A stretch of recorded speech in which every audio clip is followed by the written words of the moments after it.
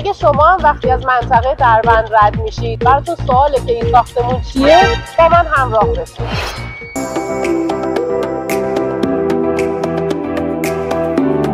در مجموعه قصر برلیان رستوران‌های مختلفی برای سلیقه‌های خاص وجود داره.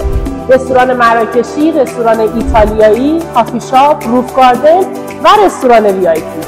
علاوه بر این شهربازی در 2 طبقه تو این مجموعه وجود داره که برای همه رده‌های سنی سرگرمی داره. تالار پذیرایی مجموعه قصر برلیان با ظرفیت بیش از 600 نفر آماده برگزاری مراسم، عروسی و جشن‌های شماست. مجموعه قصر برلیان برای رفاه هم‌استانی‌های عزیز آماده واگذاری تعداد محدودی از واحدهای تجاری خودش برای سرمایه‌گذاری و اجاره است. امکانات مجموعه قصر برلیان تنها به این مواردی که گفتم ختم نمیشه. اینجا هتل هم داره که مجهز به بروزترین امکاناته.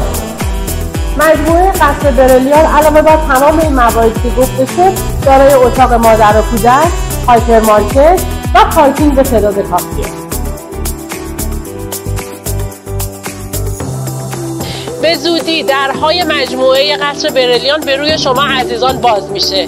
برای گرفتن اطلاعات بیشتر پیج مجموعه رو دنبال کنید.